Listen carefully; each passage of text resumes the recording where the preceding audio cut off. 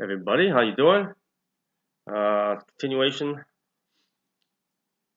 of reading the Old Testament with the prophets. It's a short one. Haggai, early prophet. Took a break in the middle of receiving the next message. Again, I like this particular Bible because it gives you kind of a preface of what this particular book is about. When Cyrus, king of Persia, this is the preface. When Cyrus, king of Persia, conquered Babylon in 539 BC, he allowed the exiled Jews to return home and rebuild the temple in Jerusalem. One group returned the next year, completing and dedicating the temple foundation within 2 more years, but they were stopped by suspicious and resentful neighbors who had influence in the Persian court. 16 years later, sounds like guided by darkness to prevent the temple from being built.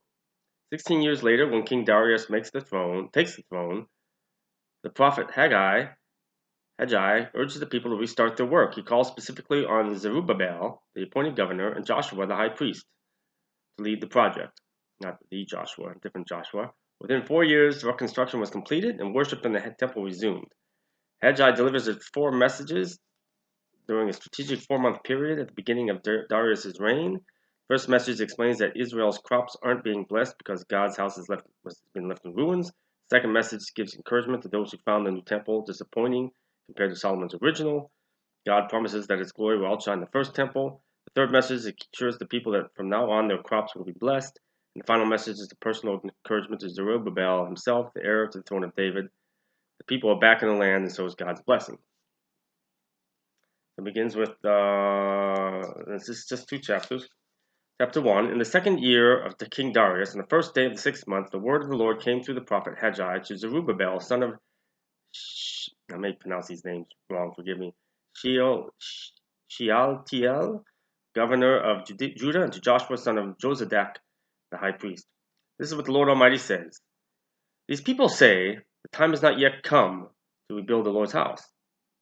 Then the word of the Lord came through the prophet Haggai. Is it a time for yourselves to be living in your panel houses while this house remains a ruin? In other words, living about, doing their things that people do today, their fancy houses, expensive cars, their jobs, their careers, not acknowledging God, while your spiritual house remains in ruin. In other words, you're putting everything else ahead of Him. So He's asking you, is it a time for yourselves to be doing this? Do you have time to be doing this? Time is running out. Again, everything pertains to the back then and to the future and the present. Again, because God is past, present, future. There is no time. Now, this is what the Lord Almighty says. Give careful thought to your ways. You have planted much, but harvested little. You eat, but never have enough, which are never satisfied. People aren't. You drink, but never have your fill. Never full. Never filled up. Always like they got no bottom, or the plug is pulled and they're just going through them and out of them. They're just never filling up. Never happy and content. Always seeking more of the wrong things of the physical world. You put on clothes but are not warm. You earn wages only to put them in a purse with holes in it. This is what the Lord Almighty says. Give careful thought to your ways. Go up into the mountains and bring down timber and build my house, so that I may take pleasure in it and be honored. And go up to the Lord, seek Him to build this temple that is His for each of us. You expected much, but see, it turned out to be little. What you brought home I blew away. Why? Declares the Lord Almighty, because my house, which remains a ruin, while each of you is busy with your own house.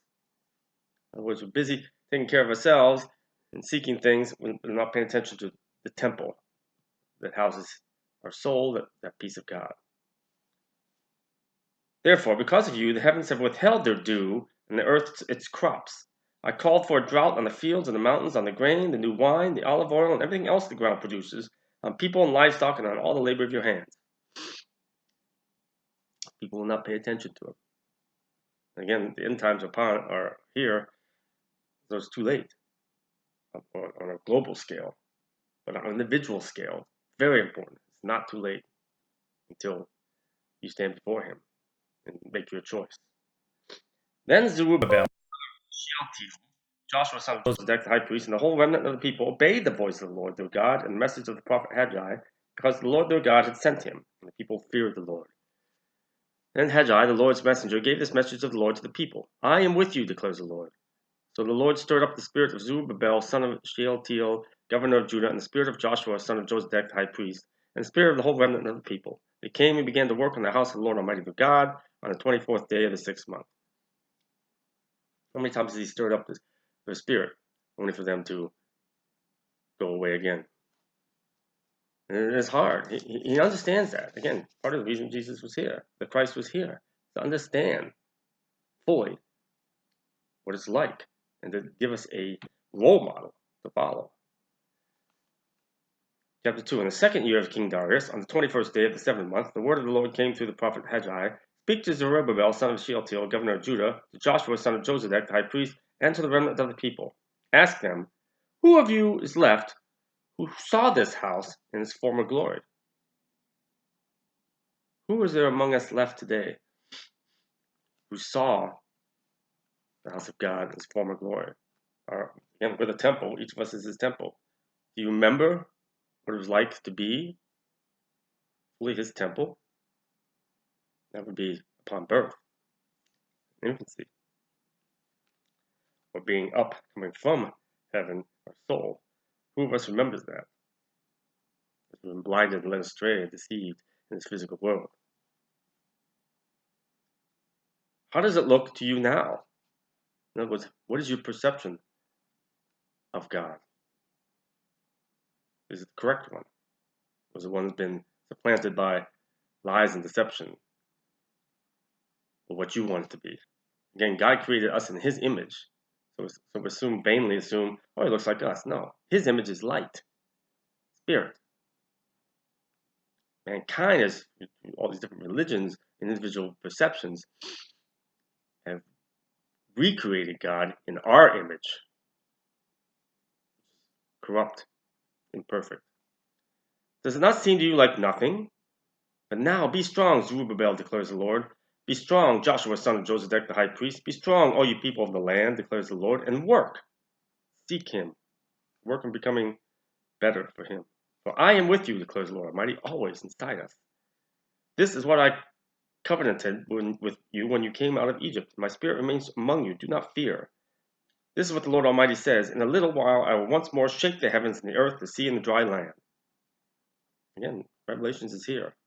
In a little while, God's time, which doesn't exist with him, who knows how long that'll be or how short it'll be. You got to be ready. I will shake all nations. What is desired by all nations will come, and I will fill this house with glory, says the Lord Almighty. The silver is mine, and the gold is mine, declares the Lord Almighty. Everything belongs to him. People want to give him money each week, or they want to give him this or that. It's all his already. Again, give him what is not his. Your love, your respect, your fear, which is respect, your devotion, your attention, your burdens, your sin, your guilt, shame, and so forth. That's what he wants. The glory of this present house will be greater than the glory of the former house, says the Lord Almighty. And in this place I will grant peace, declares the Lord Almighty. That's after the return of Eden. On the 24th day of the 9th month, in the second year of Darius, the word of the Lord came to the prophet Haggai. This is what the Lord Almighty says. Ask the priest what the law says. If someone carries consecrated meat in the fold of their garment, and that fold touches some bread or stew, some wine, olive oil, or other food, does it become consecrated? The priest answered, no. And Haggai said, if a person defiled by contact with a dead body touches one of these things, does it become defiled? Yes, the priest replied, it becomes defiled. Then Haggai said, so it is with this people and this nation in my sight, declares the Lord. Whatever they do and whatever they offer there is defiled. So you're offering the stuff of the physical world that you've had it's corrupt. It's been belonging to him anyways. It's not of you. It's defiled. I mean, why offer it? There's no point to it. Jesus said, what goes into our mouth does not defile us. What comes out of our mouth is what defiles us.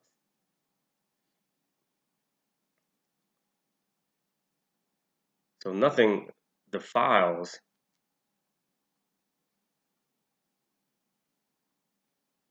us more than hoarding and focusing on the things of this world. The sins of the flesh, again, the flesh being of the world, not necessarily the flesh of the body, flesh being the world, lust, inordinate lust,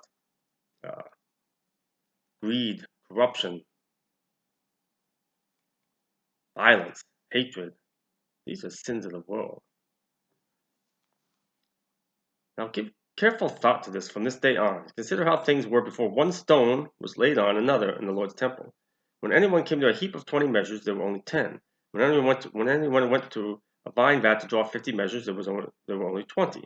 I struck all the work of your hands with blight, mildew, and hail, yet you did not return to me, declares the Lord. Still rejected them. From this day on, from this 24th day of the 9th month, give careful thought to the day when the foundation of the Lord's temple was laid. Give careful thought, is there yet any seed left in the barn? Until now the vine and the fig tree, the pomegranate and the olive tree have not borne fruit. From this day on I will bless you. He returned to him. The word of the Lord came to Haggai a second time on the 24th day of the month. Tell Zerubbabel, governor of Judah, that I am going to shake the heavens and the earth. I will overturn royal houses and shatter the power of the foreign kingdoms. This is all going to happen. I will overthrow chariots and their drivers. Horses and their riders will fall, each by the sword of his brother. On that day, declares the Lord Almighty, I will take you, my servant Zerubbabel, son of Shealtiel, declares the Lord, I will make you like my signet ring, for I have chosen you, declares the Lord Almighty. So he chooses each of us to be his sword, our sword that he gives us. He mentions that in this present message I'm receiving, to help us defend us, help to save others, help battle evil and darkness. Take up that sword. That's the sword Jesus was talking about. Take up the sword. Get a new sword. Not the one you've been wielding, but a new sword of light. Heavenly armor. So that's that one short one. Next one, pick up to be Zephaniah. Another short one. Only 3 chapters. Probably try to do that all in one sitting. Hope that it's able to help you to refocus in some way or get something from it. As always, I mean, it's a reminder that I'm no better than you. I'm no less than you. I face the same battles, temptations as anybody else each day. Sometimes we fall, sometimes we fail, but just never give up. Forgiving 70 times 7, keep working on it, keep working on it. Repenting 70 times 7, keep working on it, keep working on it. Letting go of everything physical in the past, internal, external, possessions, and so forth. Keep working on it, keep working on it. And believing every ounce of your being, physical and spiritual, in God, and that you're worthy of his love, and he does love you and wants you back with him. Keep believing that and working on that, and asking for his help, because he wants to help you. Peace of Christ. God bless.